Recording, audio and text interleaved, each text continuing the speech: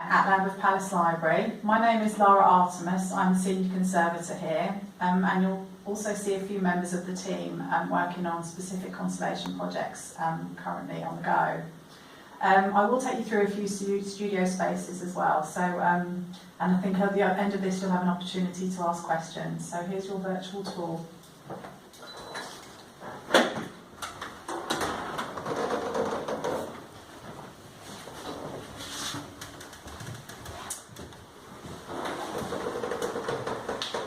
So welcome to the quarantine space. This is the first space that you come to when you come into collections care. The great thing about this room, although it's very small, it's very close to the loading bay area, so it provides easy access and helps to manage some of those new acquisitions that are coming through that haven't quite been catalogued, etc. We also have its own security system, so in that sense it's again very helpful for new acquisitions that haven't quite been logged into the building yet. And it has its own HVAC system, so again segregated from the rest of the building's HVAC. There's no chance of any pest or other ingress causing problems for the rest of the building. So we now are in the preservation suite. It's the space where we have one of our team members, the Zunda machine, which is our box making machine.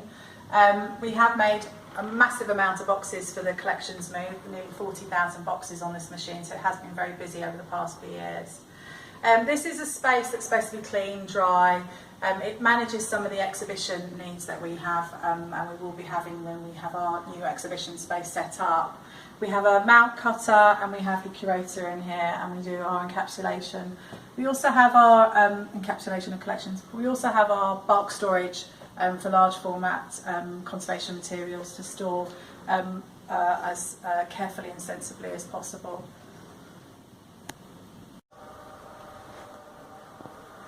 So we've now come into the main collections care studio. This is the hub of the space for the team. There are 7 members of the team, all working on separate projects. Collection care assistants and conservators, both working on library and archive materials. We have here, just in front of me, our resource area, space where we can relax and read and look at journals and actually have a conversation about some of the conservation practices that we are currently undertaking. It's a great place to do some research, and this is the space that we really needed, a breakout space. And then you come straight into the main studio. So this is the hub of the studio, where we all get to work on large format material and work together on workshops and so on. At some point we will have more opportunities for students and interns as well. This is a great space for that, and volunteers. Most of the equipment and materials that you see have come from companies such as Conservation by Design and Preservation Equipment, and some of those companies across Europe as well. And most of it is new, but you will see the board chopper that we have there, the standing press and so on. So there's a few bits of new and old kit and equipment here. We have our large light box, vertical light box for large format works, and we currently have, with the amalgamation of the Church Ring Record Centre, which has a large proportion of its collections maps and plans, there is an opportunity for us to now work on this material in a more sensible and secure way. I will take you through to the other spaces in the studio. We have some of our team members working currently on projects, and towards the end of the tour you can have a conversation with them.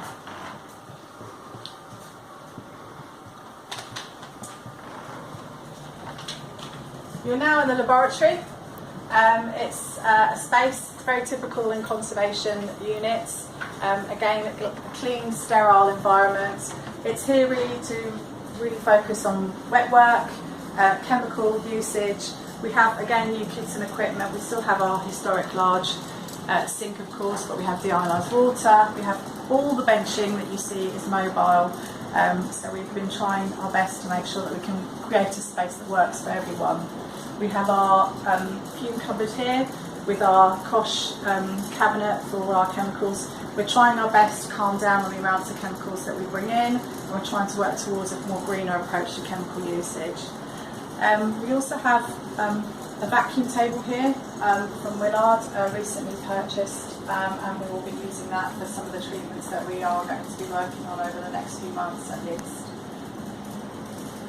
So we're now in the workshop area.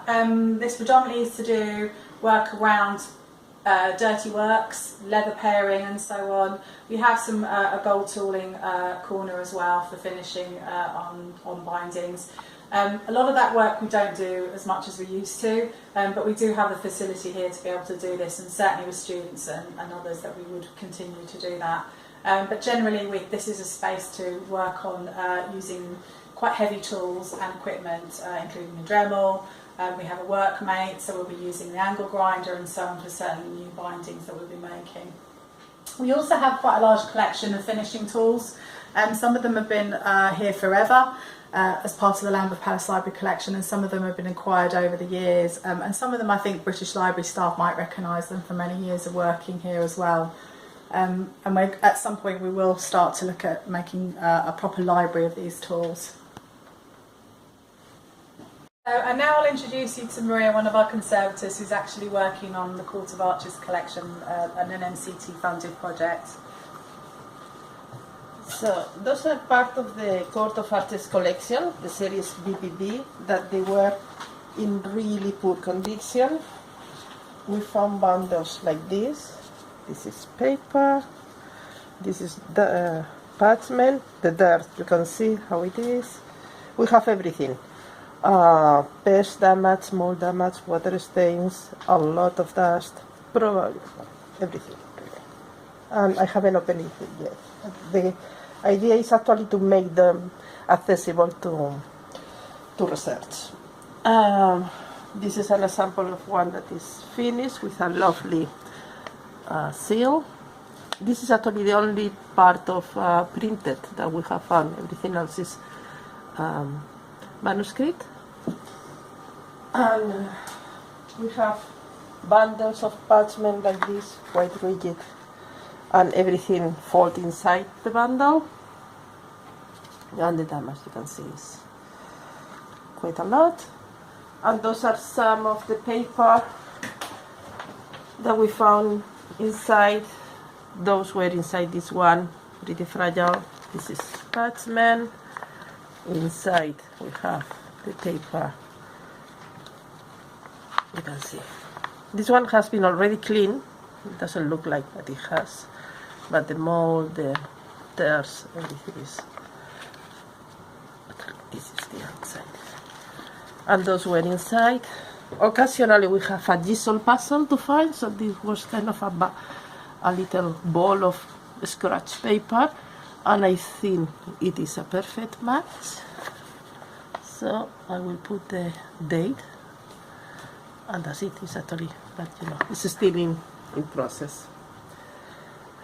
And we are working, you know, as a team. I have 4 of the colleagues helping for the cleaning, and in here I have a parchment station repair, paper station repair, the trimming and cutting and preparing in here, and actually trying to work almost in an industrial scale. Introduce you to Fiona, one of our established conservators here, who's also working on helping out some of the cleaning of the Court of Arches, which you'll see Fiona doing. But Fiona also works on Westminster Abbey collections as part of our contract with them. Fiona will describe this now. Hello, I'm just helping Maria. I'm doing some initial cleaning for Maria on the Court of Arches collection. So I'm using the usual materials, the chemical sponge, brushes, Staedtler Miles eraser.